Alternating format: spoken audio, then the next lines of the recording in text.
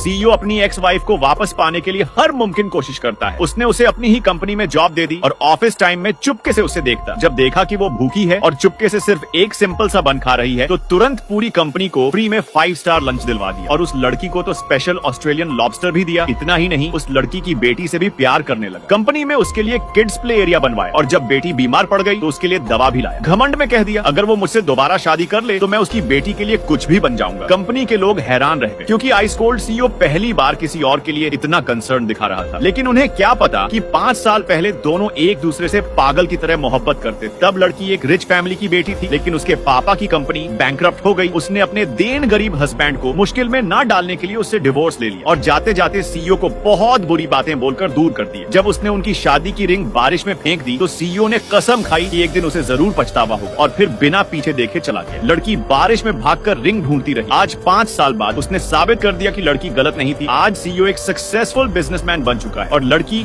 एक single mom है जो सब्जी लेने के लिए भी डिस्काउंट ढूंढती है। एक रिच गर्ल जो सीईओ से शादी करना चाहती थी ने जानबूझकर लड़की को क्लास रियूनियन में बुलाया। जैसे ही सीईओ आया, लड़की भागने लगी पर रिच गर्ल ने रोक लिया। उसने सोचा कि सीईओ लड़की से नफरत करता होगा, इसलिए उसने लड़की को बेइज्जत करना शुरू कर दिया। कहने लगी, ड्रिंक पी जा और मैं तुझे 3000 रुपए दूंगी। लेकिन लड़की ने इज्जत बेचकर पैसे लेने से मना कर दिया। जब उसने रजिस्ट किया तो रिच गर्ल उसे मारने लगी, पर गलती से सीधा सीईओ के सामने जा पड़ी। सब सोच रहे थे कि अब लड़की की वॉट लग गई, पर सीईओ ने कहा उसका ये बिहेवियर लड़की के लिए कंफ्यूजिंग था। क्या वो अभी भी पास्ट के लिए उससे नाराज है? लड़की को बचाने के बाद सीईओ उसे ले गया। उसने सुना कि लड़की फोन पे किसी से दुआ मांग रही थी, तो उसने तुरंत उसका हाथ पकड़ा और पूछा, फोन के उस पार कौन है? तभी लड़की को बैंक से लोन का रिमाइंडर आया। पैसा चुकाने के लिए अगले दिन लड़की एक लॉ फर्म में इंटरव्यू देने चली गई। अंदर गई तो देखा कि बॉस खुद सीईओ है। उसे लगा सीईओ उसका मजाक उड़ाएगा, इसलिए जानबूझकर इंटरव्यू फेल कर दिया। लेकिन जॉब मिलते ही ऑफिस में जेलसी शुरू हो गई। सबको लगा उसका सीईओ से कुछ स्पेशल कनेक्शन है। एक जेलस लड़की ने उस पर छुपा हुआ जासूस बनकर इल्जाम लगाना शुरू किया। जब लड़की ने रिएक्ट किया तो उसके अगेंस्ट सिक्योरिटी बुला ली गई और